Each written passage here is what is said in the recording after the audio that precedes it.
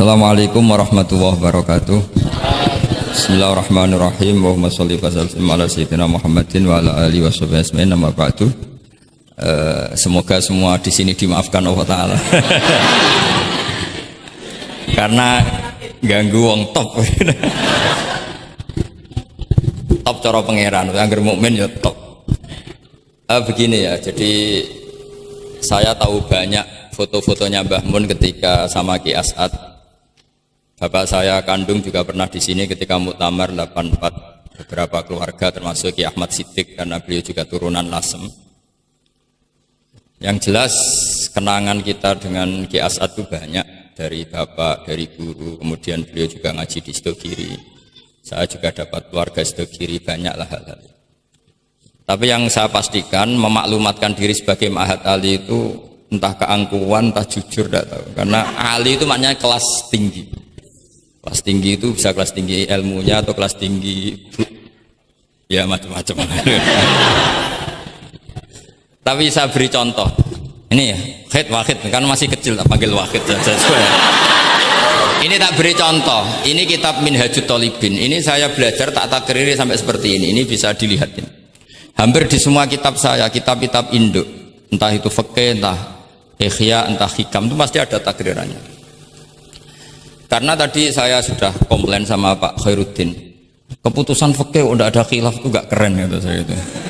Karena bawaannya fikih itu khilaf. Saya beri contoh ya. Di sini fikihnya kan diajarkan kan Fathul Wahhab ya. Saya sedikit cerita tentang Fathul Wahhab. Dulu indukan kitab fikih itu namanya Al-Um, ya kan? Dikarang katanya, dikarang oleh Imam Syafi'i. Sebenarnya enggak dikarang, diimlakkan. Ini pakai bahasa Ma'had Ali, kelas tahqiq. Ya, kalau bahasa umum kan kitab dikarang Imam Syafi'i itu salah besar. Karena di situ masih ditulis qala Imamunas Syafi'i. Yang benar itu amla alainas Syafi'i, diimlakkan oleh Imam Syafi'i, ditulis oleh beberapa muridnya. Yang paling masyhur kalau kitab itu Imam Muzani.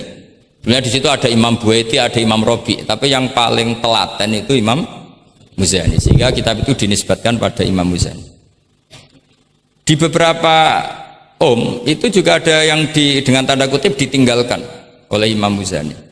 Disebut Infiradul Muzani anis Syafi'i. Kemudian setelah jadi Mukhtasarul Muzani, ini saya tanpa menyiapkan materi loh, karena sebetulnya saya sudah minta Gus Azam hanya ngisi di pengajian umum, karena sudah saya kapok ke sini. Kapoknya itu bukan karena mangkel, tapi nggak ada perkembangan. Nggak ada perkembangan. Jadi hafal Quran itu keharusan seorang faqih. Baru hafal 4 aja diceritakan. Memang ini ngawur sekali itu sebetulnya. Memang normalnya seorang faqih memang hafal Quran. Nggak boleh hanya berapa? 4. Gak meyakinkan. Nah, Mukhtasarul Muzani itu ada beberapa hal yang beliau beda dengan Imam Syafi'i. Kemudian disarai namanya kitab Nihayatul Matlab fi Dirayatil Madhab oleh Imam Haramain. Saya punya kitabnya dan tak pelajari. Oh, ini maklumat. Bukan niat sombong, ini niat cerita fakta. Nihayatul Matlab fi Dirayatil Madhab. Kemudian Imam Haramain punya murid alim alamah yang saat itu belum suka tasawuf. Namanya Imam Ghazali. Beliau akhirnya menulis Al-Basit, berhubung Ma'had Ali sinau basit gak pati iso, mergo kegeden digenti Al-Wasit. Al-Wasit jawara pati di sinau ini digenti apa? Al-Wajiz. Alhamdulillah, kayaknya Pak Khairuddin juga gak punya. Punya kitab Wajiz? Wahid punya? Wahid, Wajiz? Berapa halaman itu? Kitab Wajiz itu? Berapa halaman? Tebelnya aja kira-kira seberapa tebelnya? Ya tebelnya seberapa? Kalau nggak tahu isinya paling nggak tahu tebelnya.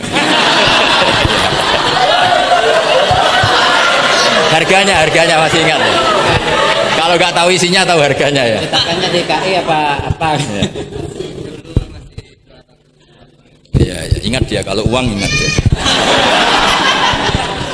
Jadi bawaannya orang nggak bakat soleh itu kalau uang tuh ingat.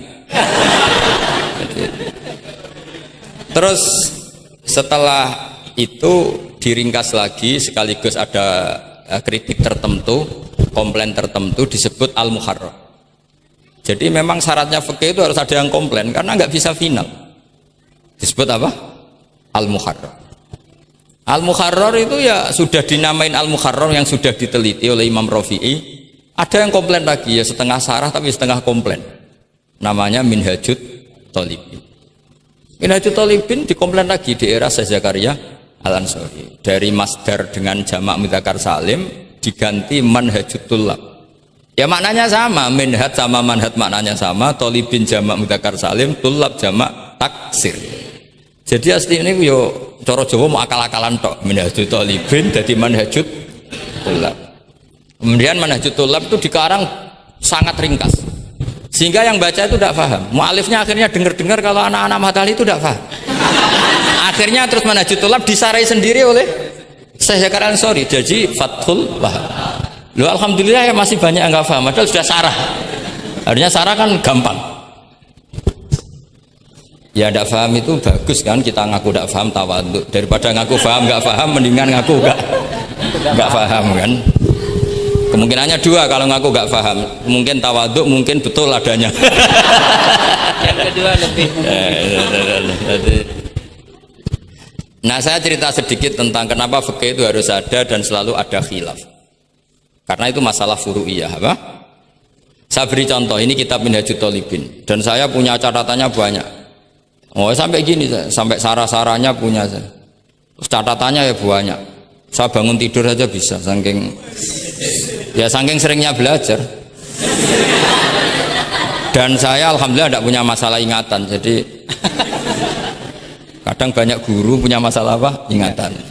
Tapi tidak perlu dianggap harus kemana gitu, ke rumah sakit apa, tidak perlu, nggak ingat gitu. Misalnya saya tak kasih tahu, siapa paling pintar jagomu tak bedaan. Yang namanya sujud misalnya, sujud itu apa coba? Secara lughat, wat'ul jabha alal ardi. Sehingga Imam Rafi'i berpikir sujud itu asal ada wat'ul jabha alal ardi ya sah adanya. Dan beliau mengklaim, ini saksinya Pak Khairuddin ini, wasabe as-sujud wa aqalluhu mubasyaratu ba'di jabati musallahu. Ya. Beliau hanya mengatakan wala yajibu wat'u yadaihi wa rukbataihi wa qadamaihi fil adhar. Wala yajibu. Ini kalau enggak percaya, sama baca. Masih tarahum bisa ya? Coba baca. Wala yajibu coba wat'u yadaihi pakai nada Indonesia, jangan nada negara sebelah coba. Wala yajibu wa rukbataihi wa qadamaihi fil adhar. Jadi menurut Imam Rafi'i ketika sujud itu tidak harus watul yad, tidak ada watul rukbah, tidak ada watul. Nah, karena secara lughat yang namanya sujud itu ya seperti itu, watul jabha. Dan sujud itu sudah dikampanyakan sedemikian rupa bentuk apa ketertundukan tertinggi yaitu dengan watul jabha. Artinya posisi kepala di bawah pantat. Tapi terus Minhajut Thalibin, padahal Imam Rafi'i ketika ngarang itu menyebut fil adhar dalam kitab Al-Muharrar. Terus kultu kata Imam Nawawi al-adhar wujubuhu. Ya masyhur kan karena Imam Nawawi berdasar riwayat umirtu an asjuda ala sabati al-humin al-jabha wal yaden warubaten wal qadam. Saya baca lagi ya, umirtu an asjuda ala sabati al-humin apa al-jabha wal yaden warubaten wal qadamen. Nah, andekan Imam Rafi'i ketemu Imam Nawawi, kamu ikut kubu siapa? Nawawi kan? Nah, sekarang oke, berdasar riwayat dan praktek guru-guru kita semuanya seperti itu. Kalau sujud melibatkan 7, oke itu berdasar riwayat dan berdasar perilaku guru-guru kita. Oke, secara sanad kita tidak punya pilihan, pasti seperti itu. Ikut guru. Tapi kalau pertanyaannya dibalik, saya ulang, pertanyaannya dibalik. Min asbabir riddah itu adalah sujud lisonamin. Kira-kira kalau ada orang sujud hanya watul jabah lisonamin, sudah murtad apa belum?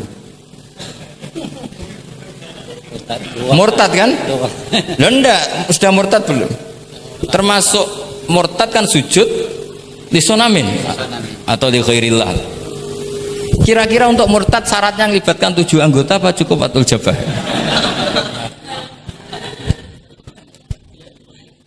untuk sah menjadi murtad.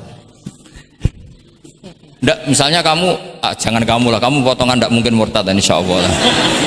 Misalnya ada orang murtad dengan cara murtad yang fi'li, contohnya apa? Kasujudin lisonamin. Murtad kan ingat masih ada 3 kan, i'tiqadi, qauli, fi'li.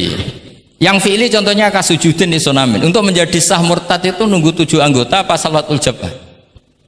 Nggak jawab, jangan ngawur saja kak, biasanya aja. Udah nggak usah.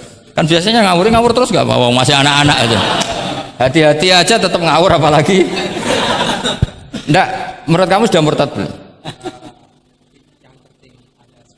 Ya kan murtad kan?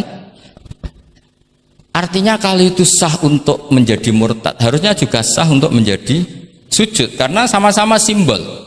Sujud watul jabah fakot ya simbol takzim ke Allah setinggi-tingginya. Kenapa menjadi murtad? Karena ini simbol hormat kepada sonam setinggi. Sehingga Imam Rafi'i berpendapat sujud itu tidak harus melibatkan anggota 7.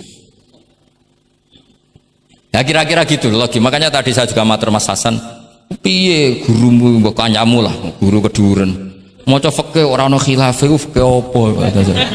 Fikih ben seru itu harus ada khilaf. Ya ini sama yang baca supaya jadi seksi. Kalau menurut Imam Rafi'i seperti itu. Enggak, ya harus jadi wala yajibu ini. Enggak akan keliru. Tadi kan sudah tak baca. Wala yajibu wad'u yadayhi wa rukbatayhi wa qadamaihi fil adhar. Imam Rafi'i di Muharrar terus Qultu al-adhar wujubuhu. Nah, ya kan sama-sama bilang al-adhar. Imam Rafi'i bilang enggak wajib ya al-adhar. Imam Nawawi bilang wajib ya al-adhar. Kamu partai ditutup wallahu a'lam. Oh iya.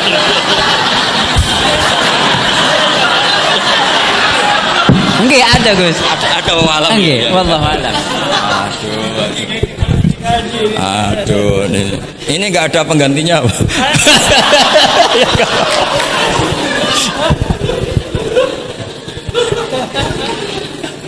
Jadi fikih itu mau tidak mau harus khilaf karena sudut pandangnya seperti itu. Misalnya sopan itu baik. Misalnya saya di sini, kiai kamu saking sopannya itu dodok mulai sana itu bagus. Tapi nak kiaimu apa kepleset terus kue sopan, sedang kiaimu kesemper lagi dok. Sehingga kita sebagai kiai itu mikir sopan itu bagus. Tapi kalau berlebihan kan tidak efektif kan. Cong aku pengen jedeng tuntun kayak kokono. Kalau sini tuh kan deprok terus melaku ke sini. Jadi makanya ya kita harus ngeritik juga, sopan berlebihan juga akhirnya ada efektif. Jong sedang kiaimu tiba mati kayak lagi dok kan gitu kan. Nah, sekarang perempuan juga gitu. Mbak-mbak yang cantik tuh baik sopan apa baik tidak sopan? Baik tidak sopan. Karena kalau sopan sama Pak Wahid, ayu sopan, mesti eling terus raiso turu. Tapi nak rasopan, seneng aku gaji ini Mahatali mau piro. Itu langsung lupa, dan itu bagus karena melupakan Nah, lo betul ini kan katanya tadi siapa yang hafal Quran? Ya nisa an nabi lastunna ka ahadim inan nisa ini taqaitunna fala takhdu'na bil qaul fayatma alladhi fi qalbihi marad. Wahai orang-orang yang cantik, kalau ketemu lelaki itu jangan terlalu sopan. Fala takhdu'na bil qaul. Kalau ngomong jangan terlalu khudu, karena bawaannya lelaki yang fi qalbihi maradun, khudu itu dianggap mau. Saya tadi ada Mbak cantik sama Pak Khairuddin atau sama Pak Wahid sopan. Mohon kalau derek guru mawon, mesti pikirannya, oh maksudnya gelem tak wayo, mesti dak wayo. Padahal maksudnya derek itu menderek mata pelajaran. Tapi utek-utek begini itu kan. Yang fikol dia apa? Marot, contoh saja loh. Tapi bisa fakta. Itu mesti pikirannya itu kemana-mana. Mohon kalau derek Pak Fakid mawon, si ngomong mau ngaju, nak sengaja kan rati pikir. Sehingga unik. Khusus perempuan yang cantik itu sopan itu tidak baik di dalam komunitas lelaki yang fi qalbihi, karena pikirannya mesti, padahal Mbak tadi bilang gitu maksudnya anut Pak Wahid, ikut mata pelajarannya, tapi pikirannya sampean kan bisa enggak gitu. Fala takhdu'na bil qauli fayatma alladzi, itu hebatnya Quran. Jadi psikologi lelaki juga dibicarakan. Bawaannya lelaki kalau ketemu perempuan cantik kok sopan, kok memberi harapan. Iku terus golek dukun mahabbah nih. Kayak apa pinternya Quran? Lah ini sayangnya yang hafal baru 4. Padahal saya satu mobil saja tadi hafal berapa Gus? Fakih ya, satu mobil. Karena pondok saya memang pondok tahfidz. Jadi yang derekno saya banyak yang hafid. Jadi satu kelas kalah dengan satu mobil. Supir saya hafal Quran, penderek saya hafal Quran, yang bawakan tas ya.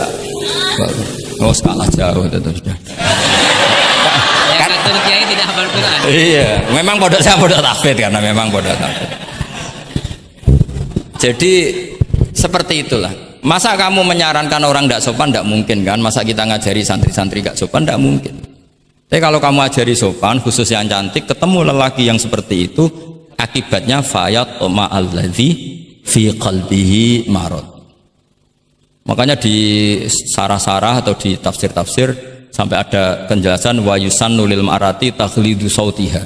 Perempuan disunatkan menebalkan suaranya untuk menghilangkan rasa apa? Syahwat lelaki tadi. Terus paling enggak misalnya enggak mau nebalkan ya judes. Misalnya ketemu Pak Wahid, "Mbak apa ning ndi?" "Gak urusanmu." Oh, itu mesti langsung lali. Nah, tapi nak jawab, badhe napa ngersakno napa nggih kula tak derekno jenengan riyen. Wah, bahaya ya. Padahal maksudnya derekno itu ya mata pelajaran, tidak ada hubungannya dengan mau dinikah. Tetap muni naudzubillah lah kalau itu. Nah, itu fikih. Jadi fikih itu menginduk ke usul fikih. Tapi usul fikih sendiri itu kalau tidak ngerti fikih itu jadi liar. Karena khayalnya lebih tinggi. Makanya banyak orang yang pengagum usul fikih itu jadi liberal karena terus terlalu banyak khayal. Maka pondok-pondok itu harus ada fikih dan ada usul. Saya beri contoh liar itu begini misalnya. Maqasidus syariah itu kan bisa subjektif. Sehingga Imam Syafi'i itu yang kritik man istahsana faqad syarra'a. Orang yang sering berpikir istihsan faqad syarra'a, maka dia mau berpikir apa bikin syariat tandingan. Misalnya gini, saya ini kiai yang suka tirakat. Karena dulu misalnya mondoknya itu suka tirakat. Terus santrinya diwajibkan puasa setahun atau diwajibkan nggak boleh makan nasi. Itu bikin syariat tandingan. Karena apa? Tahrimu malam yahrum, mengharamkan sesuatu yang tidak haram, atau mewajibkan ijabu malam yajib. Itu termasuk kriminal cara Sulam Taufik. Loh iya, bahkan Sulam Taufik mengebabkan itu di bab riddah. Saya ini sudah tak toleransi, temu tak tulis minal kabair. Kalau di Sulam Taufik dimasukkan bab riddah karena ijabu malam yajib berarti bikin syariat. Atau tahrimu malam yahrum juga artinya bikin. Tidak tahu guru di sini biasanya tahrimu malam yakrum apa tahrimu malam yuharram. Umumnya bacanya apa? Bisa dua. Ya rodok maju berarti sermayan. Nah, tapi kamu tidak bisa menyalahkan kiai-kiai yang mengharuskan muridnya tirakat karena itu cara untuk kasrus syahwah misalnya, untuk memecah syahwat. Tapi tetap saja nggak boleh mewajibkan karena nanti ada syariat tandingan. Nggak boleh. Syariat ini sudah sempurna, nggak boleh ada syariat baru. Yaitu disebut ijabu malam yajib atau tahrimu malam yakhrum. Maka kata Mbah Mun, resikonya jadi kiai ngalim. Mbah Mun sering guyon gitu. Aku kiai ngalim jadi ribet. Apa ngaramno rokok sing darani halal yo akeh. Di halalno cah cilik-cilik rokok.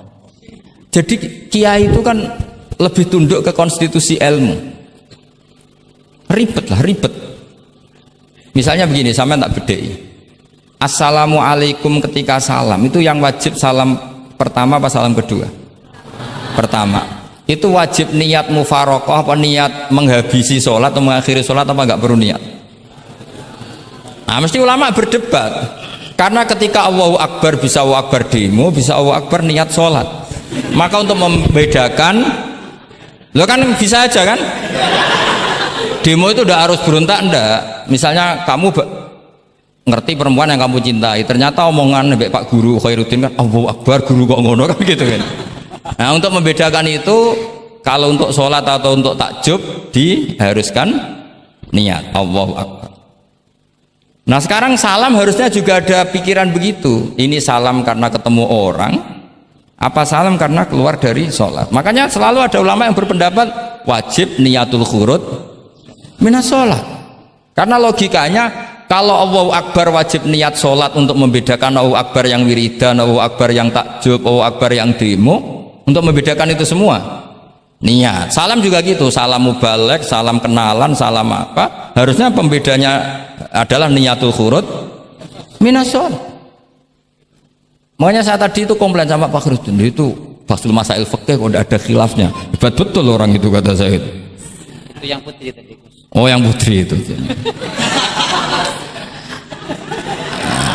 Nah, jadi apa? Kaidah-kaidah seperti itu nggak bisa dihindari, khilaf-khilaf seperti itu nggak bisa dihindari. Ini saya baca ya, misalnya contoh-contoh yang itu mulai apa? Mulai salam ya. Jadi pilihan-pilihan itu, misalnya di salam mana jasa anha, terus asani asyar assalam wa aqalu assalamualaikum wal aso jawa kultu al aso al mansur wa annahu la tajibu niyatul khurud. Jadi ada yang bilang tidak wajib, mesti artinya ada yang bilang wajib. Karena jadi nggak ada pilihan. Setelah ada pembanding itu udah ada.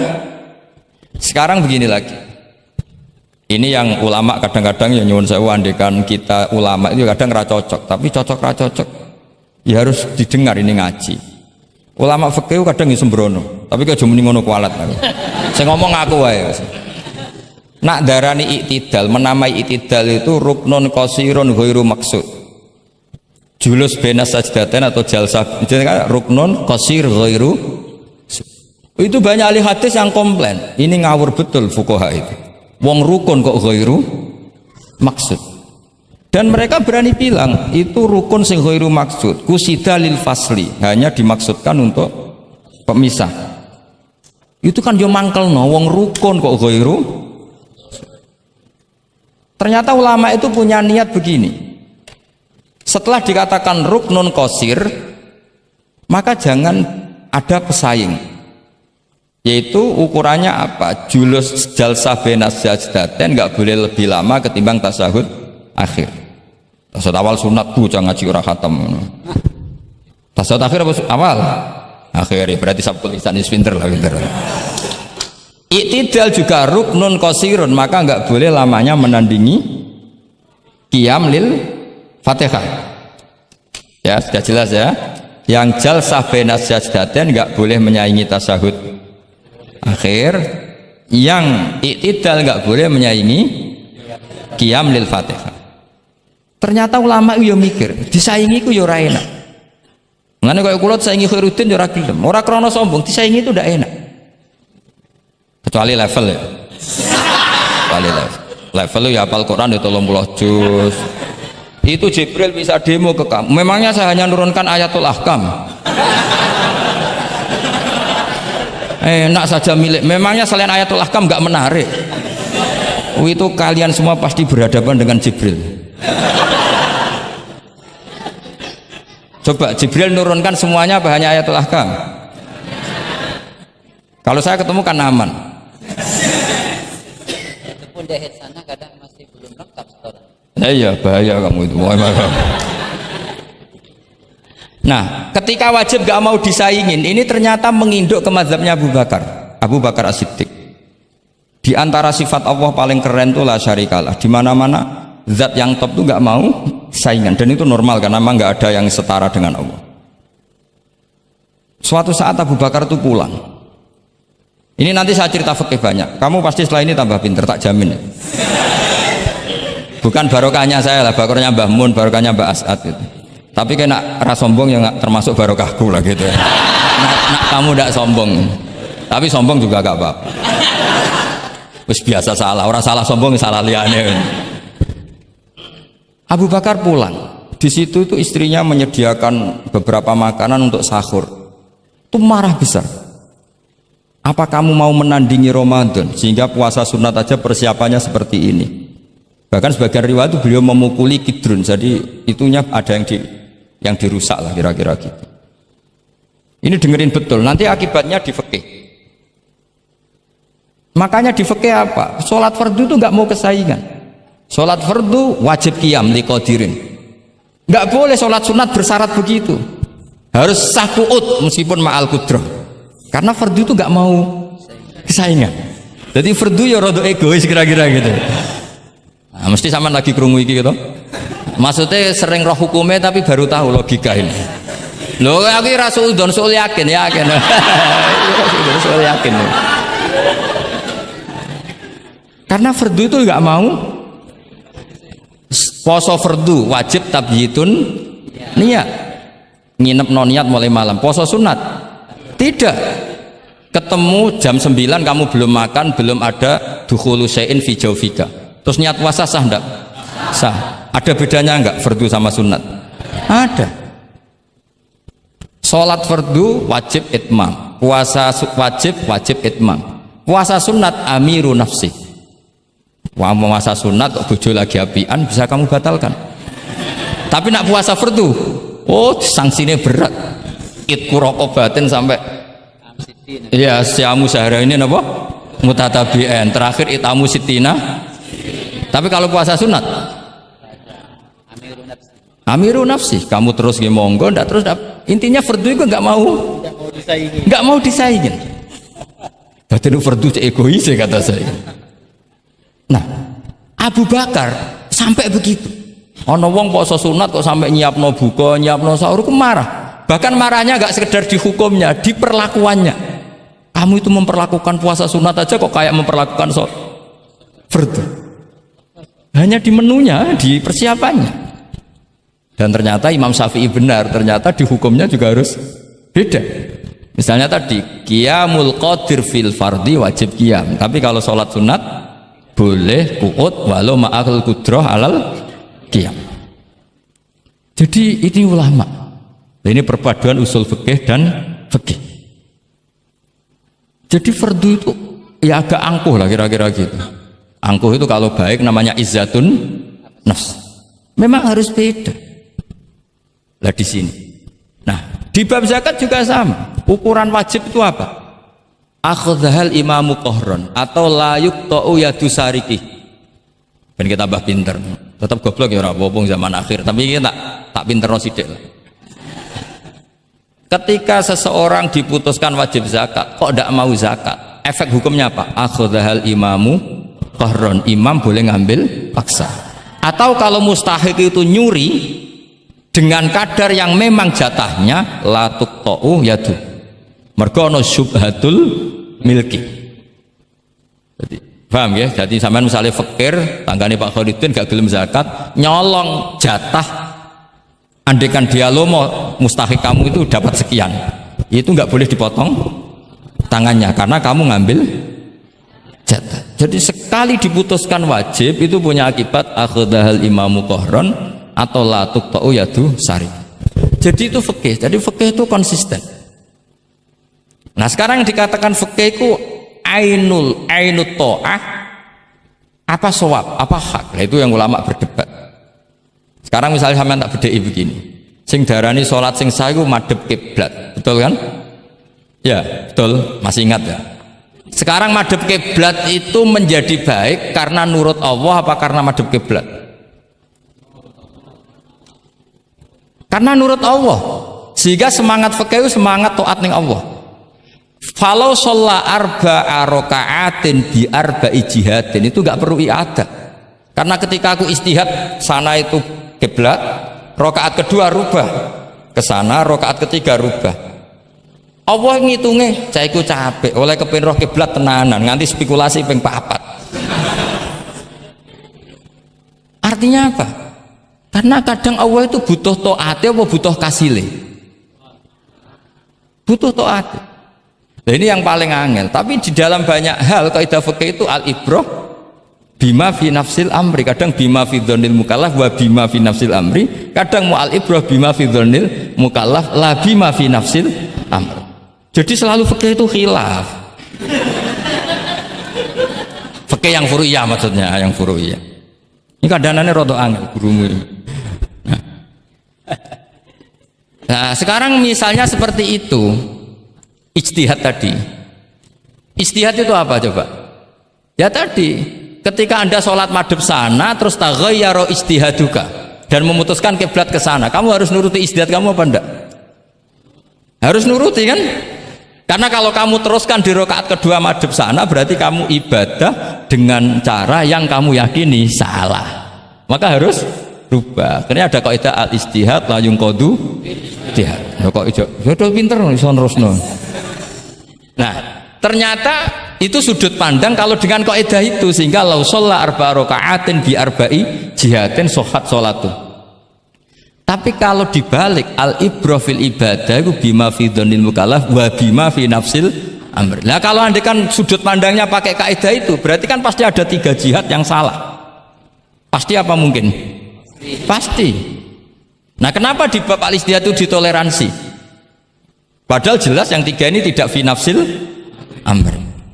Lagi-lagi tidak semua ulama cara pandang sama. Yang satu pakai kaidah ini, yang satu pakai kaidah. Makanya saya sering mencontohkan berkali-kali, kalau kamu ingin sowan saya nggak apa-apa, tetap baik.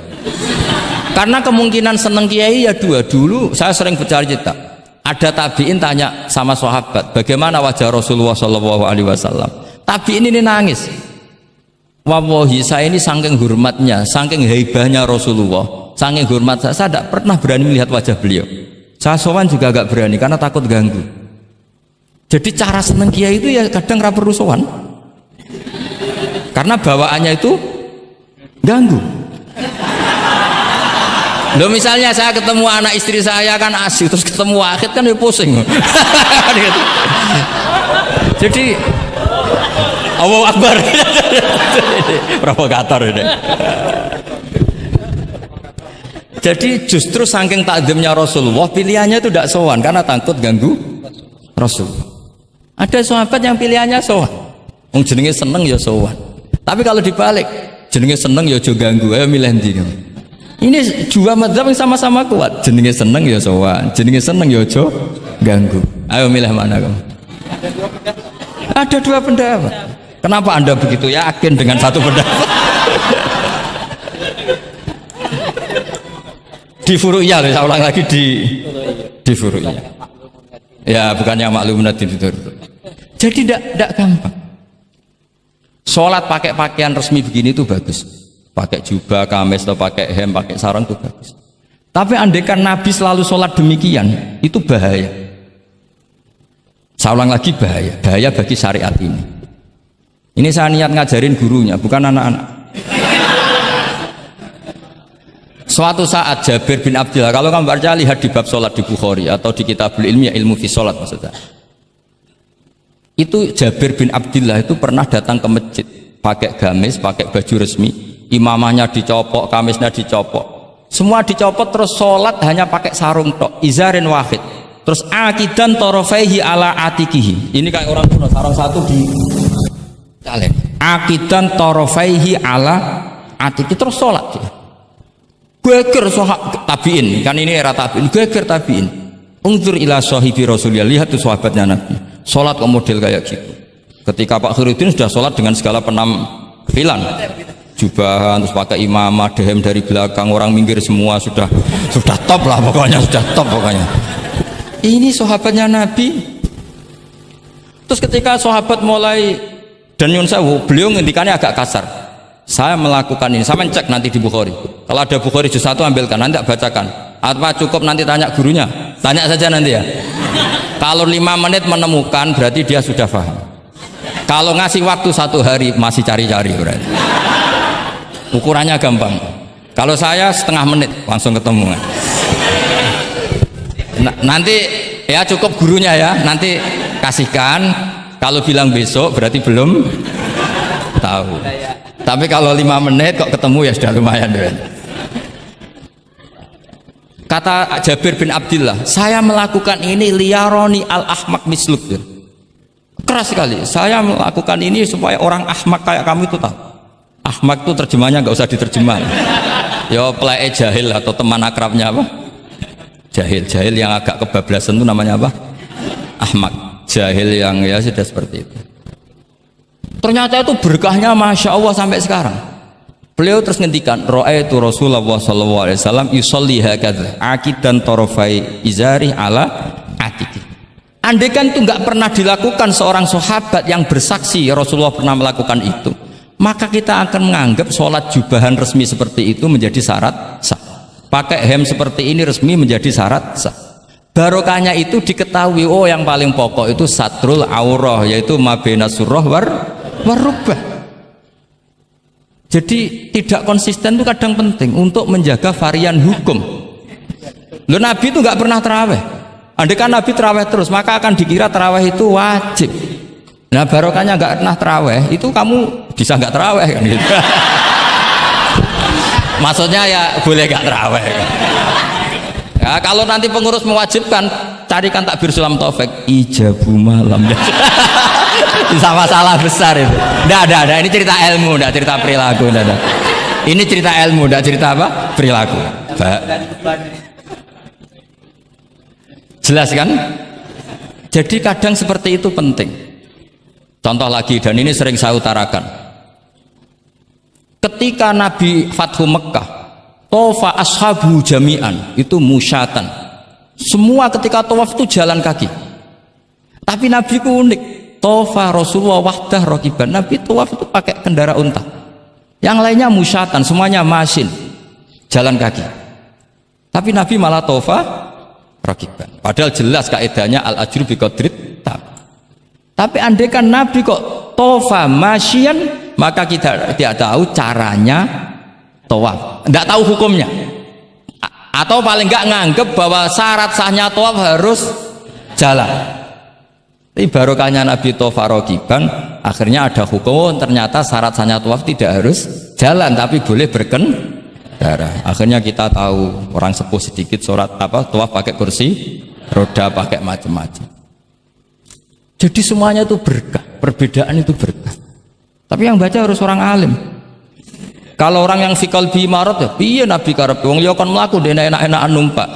Ya ribet nek kena wong sing fikal bi marodun fazatahum wa marad. Jadi ribet ini ustadz satu ini ribet. Termasuk subuh kesiangan. Ya subuh kesiangan ini contohnya kok kayak perilakunya. Ini Kiai Hasan contohnya kayak perilakunya. Sholat itu ada waktunya. Sekali waktunya habis, normalnya sudah tidak wajib, ya enggak? Kamu mau sekolah, selesainya jam 12, kamu bangun setengah 1, harus sekolah apa tidak usah? Karena momen sekali kelewat kan nggak bisa diulang kan? Normalnya sholat qadha itu tidak wajib, normalnya, karena momen waktunya sudah habis. Dan qadha normalnya juga nyuwun sewu haram, normalnya. Tapi berhubung Pak sering qadha terus bilang nggak haram kan? Karena yang qadha bukan hanya santrinya tapi apa? Gurunya. Tapi nyuwun sewu, Nabi itu tahu ditakdir qadha. Saya tidak bilang Nabi qadha, ditakdir qadha. Ini bedanya Nabi dengan kamu. Nabi pernah ditakdir qadha. Dan nyatanya Nabi tetap sholat. Akhirnya jadi syariat qadha itu tetap. Andai kan Nabi tidak pernah qadha, maka orang cara berpikir waktunya kan sudah habis, pasti malaikat bagian nyatet sudah nggak ada. Lah apa sholat wong sing nyatet wis tutup buku kan? Karena logika waktu itu kalau momennya kelewat ya sudah normalnya. Tapi agama ini tidak seperti itu. Berhubung Nabi pas qadha juga sholat, itu kayaknya juga jamaah ya. Wah itu yang ribet itu. Ya kan jamaah kan itu. Jamaah kan? Wah aku nak bawa praktekno ning pondok. Ya ribet. Separuh pondok qadha terus dimami Khairuddin sing qomat wahid. Wah. Perkara kan? Nah barokahnya ngerti kunut itu sunat, pura-pura ndak kunut. Akhirnya kayak orang baik kan? Yaitu mau melakukan sholat duha. Ini Saya sedang sholat duha. iya akhirnya guru saya sedang sholat duha. Itu husnudon yang gioblok gitu.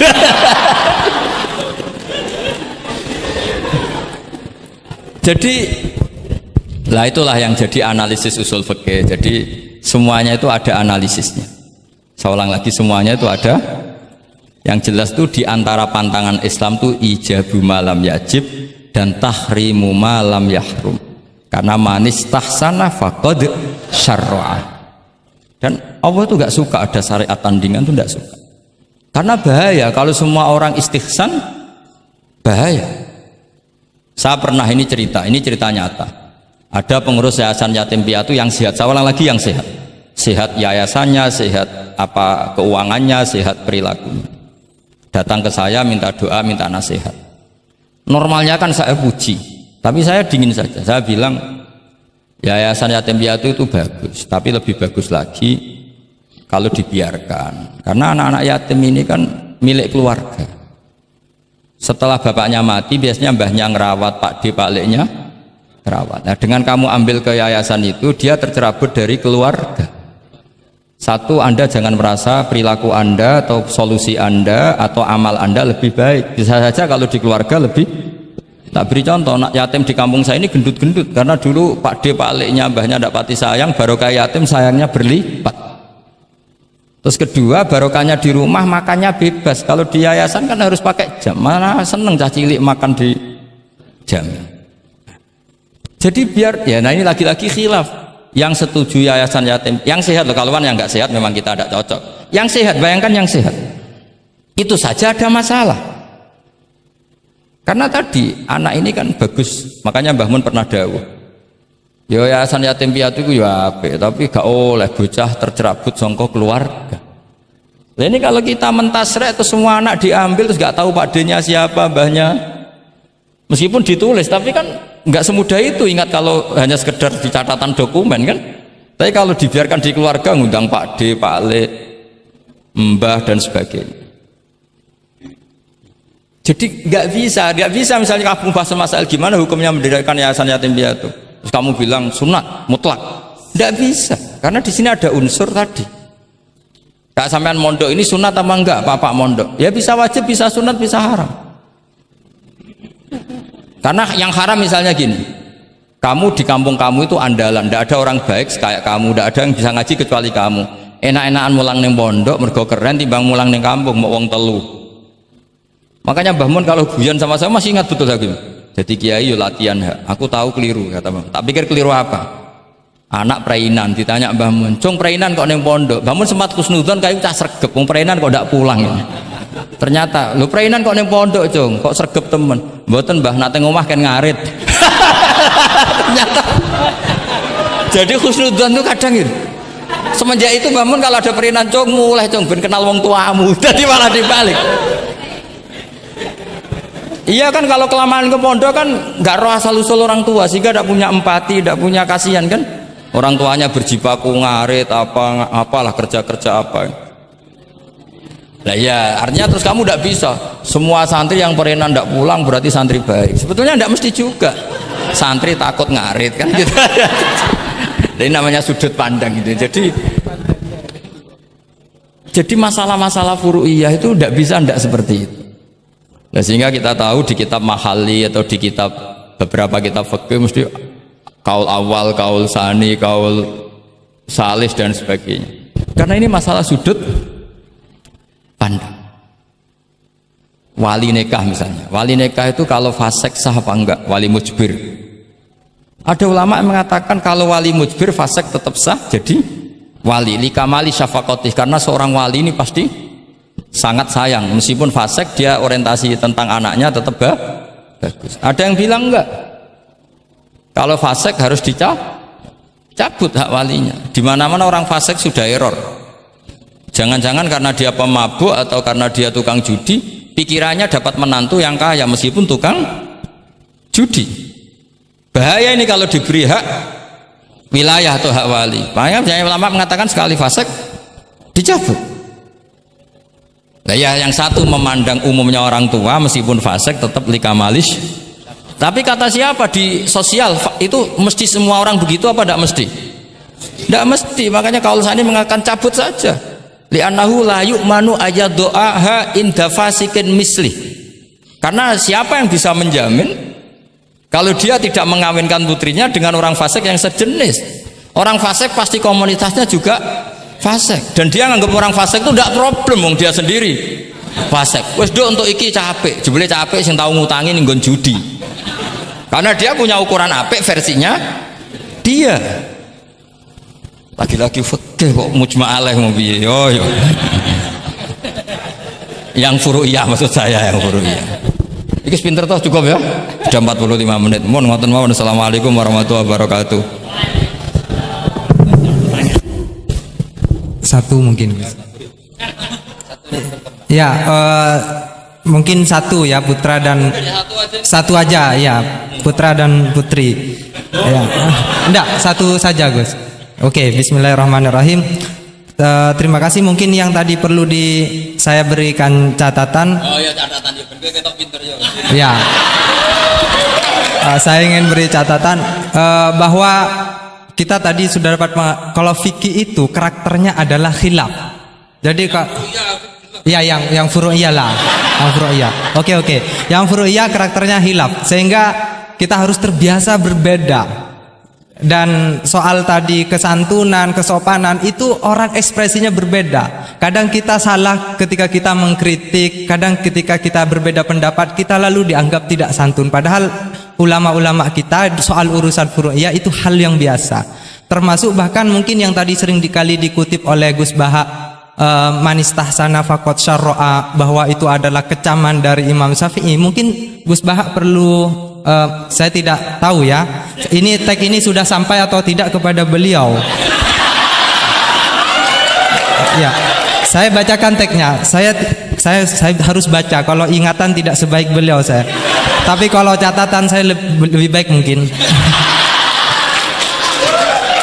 Fawatihur Rahamut qala Syekhul Akbar inna maqsudas Syafi'i min qawlihi man istahsana faqad syarra'a hada madhul mustahsin wa arada anna man istahsana faqad sara bimanzilati nabiyyin dzi syari'atin wa atba'u Syafi'i lam yafhamu kalamahu. Saya tidak ingin mengatakan beliau tidak paham, mungkin tag ini enggak sampai. Ala wajhi hada wallahu a'lam.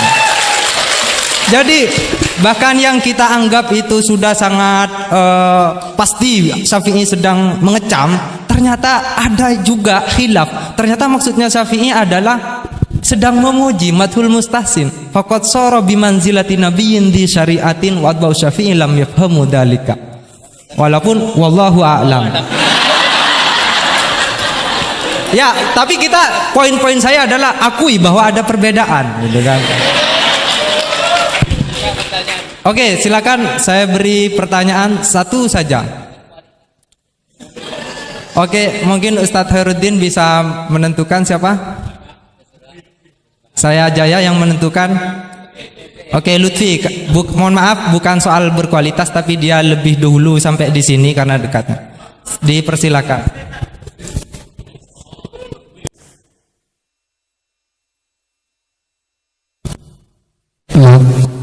Assalamualaikum warahmatullahi wabarakatuh.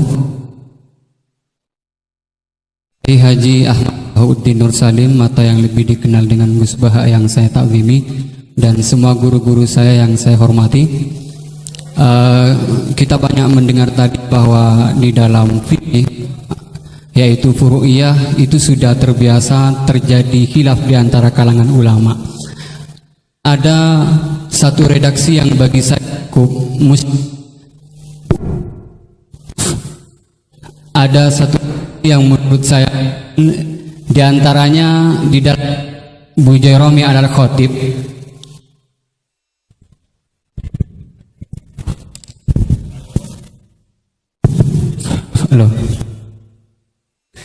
Di antaranya redaksi yang terdapat dalam kitab Bujairami al-Khatib, dan ini juga dikutip di dalam kitab I'anatul Thalibin ketika membahas soal apakah ad-dukhon itu dapat membatalkan puasa atau tidak. Dukhon yang dimaksud di sini adalah dukhon yang masyhur dengan kata at-tutun atau tembakau, atau dalam konteks sekarang mungkin rokok.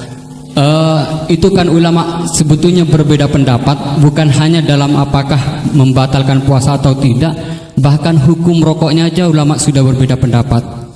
Tetapi kemudian ada redaksi yang menarik bagi saya cukup muskil, yaitu beliau tiba-tiba mengatakan begini, la'anallahu man ahdatsahu, semoga Allah melaknat orang yang memproduksi rokok. Itu penting digarisbawahi. La'anallahu man ahdatsahu. Man ahdatsahu bukan man ista'malahu.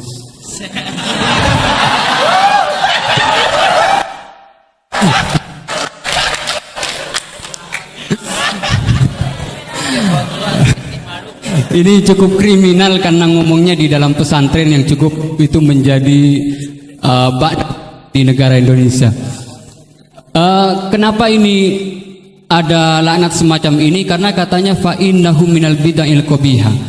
Tetapi maksud saya, kenapa ulama ini sampai melaknat padahal hukum rokok itu saja merupakan furu'iyah yang memang sudah sewajarnya terdapat khilaf. Sementara saya sebagai santri NU Tulen itu mengenal memiliki ulama-ulama yang atau kiai-kiai yang luas, yang bukan hanya tidak mau mencaci maki apalagi sampai melaknat, bahkan mengkafirkan pun itu merupakan pantangan.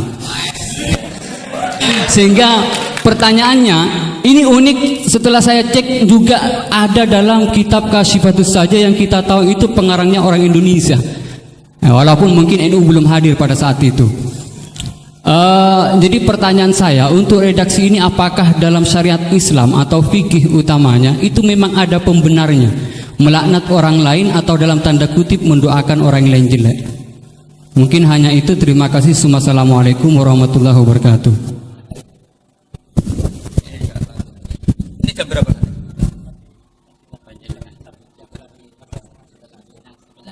Oh ya. Bismillahirrahmanirrahim. Semoga Allah mengampuni Pak Wahid. Itu takbir itu ngawur sekali. Itu Syekhul Akbar, yang dimaksud itu Ibnul Arabi. Itu termasuk statement sing mimma yuhaddaru bih. Jadi yuhaddaru anhu. Termasuk fatwa-fatwa yang orang harus menghindari. Apalagi itu justifikasinya wa atba'u syafi'i la yabamuna. Sampean lihat di semua kitab usul fikih itu masyhur itu ibtalul istihsan.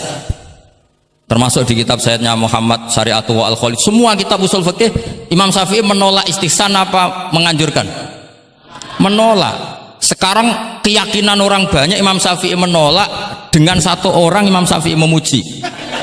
Jumhur versus wahid satu orang. Doakan ya semoga Allah memberi tobat. Loh, saya tuh tahu betul itu. Jadi itu kan seseorang satu, yaitu Ibnul Arabi, mengfonis ashabus Syafi'i la yafhamuna. Padahal di semua kutubus Syafi'i, jumhur memang mereka tahu kalau Imam Syafi'i itu menolak istihsan. Jadi itu jelas manistahsana faqat syara'a itu kalimatu dzamin minhu, bukan kalimatu madhib. Itu jelas ya. Nah, yang menyangkut rokok tadi saya kan sudah mengulang. Kalau rokok dengan arti rokok itu kita ngikuti guru-guru kita, tidak pernah mengesahkan orang puasa yang rokok. Jadi ini bukan masalah furu'iyah, karena tetap dianggap ain.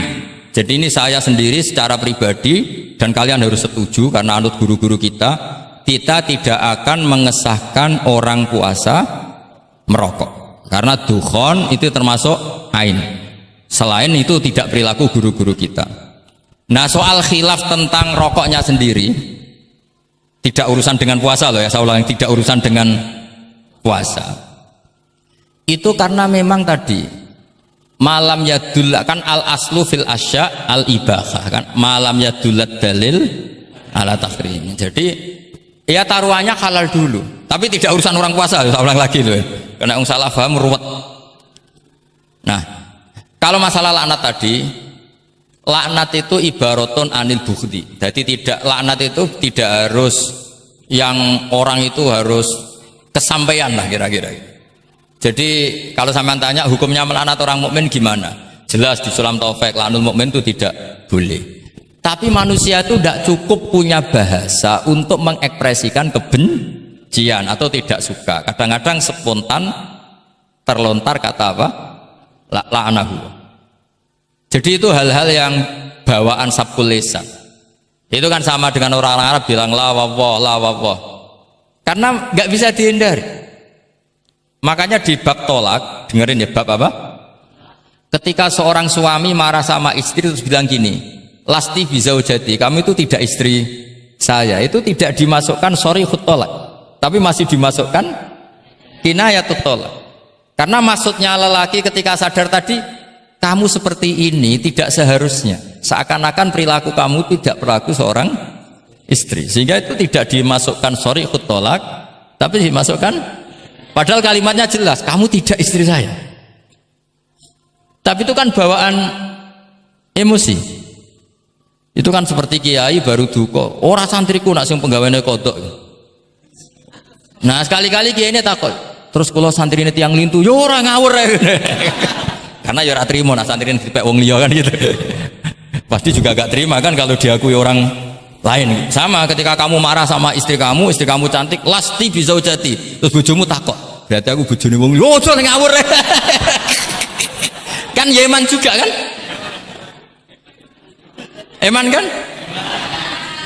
Jadi makanya di semua hukum itu selalu kalau masalah ungkapan kalimat itu kira-kira yang mirip la yu'akhidukum wa billaghwi fi aimanikum, karena bawaan kalimat spontan itu pasti ada. Makanya dulu ada sahabat yang nyuwun sewu Nabi ngendikan papa gitu, terus agak terganggu itu, padahal Nabi ngendikannya ya spontan, tapi tidak sampai laknatullah. Akhirnya Nabi, "Dah kamu tidak usah susah. Fa'ayul muslimina adaituhu aw sababtuhu aw syatamtuhu wa laysa dzalika ahlan wa laysa ahlan lidzalik apa faj'al dzalika kafaratau wa zakatau wa ajra." Jadi apa ya, bawaan spontan itu pasti ada. Ya saya ulang lagi ya, ini yang kembali ke takbir tadi. Itu bahaya betul tuh. Jadi Ibnul Arabi itu termasuk tulisan-tulisannya mimma yuhadzaru anhu. Ya pernah dengar toh? Lah yang dimaksud Syekhul Akbar itu kan Ibnu Arabi kan? Saya sangat tahu. Jadi ukurannya itu jumhur. Semua ulama Syafi'iyah, semua al-usuliyun itu mesti menceritakan apa? Imam Syafi'i tidak percaya atau tidak setuju ada istihsan. Masa orang banyak ini kamu salahkan demi statement orang satu? Idza ikhtalafal jumhur wal fardu quddima jawab. Ya semoga ini tobat, enggak ya enggak apa-apa. Tapi memang bagus lah. Artinya dia mengungkapkan takbir sudah bagus, lumayan lah, cara Quran itu. Tapi ya musuhnya jangan saya tetap.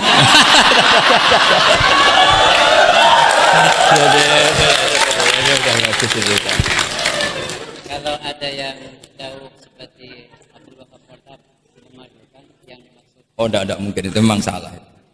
Jadi cari saja di ya Ibtalul Istihsan.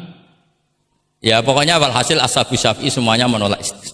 Wong Imam Syafi'i butuh gini. Kalau nanti ada istihsan yang baik, mintanya Imam Syafi'i jangan katakan istihsan, itu masuknya kias.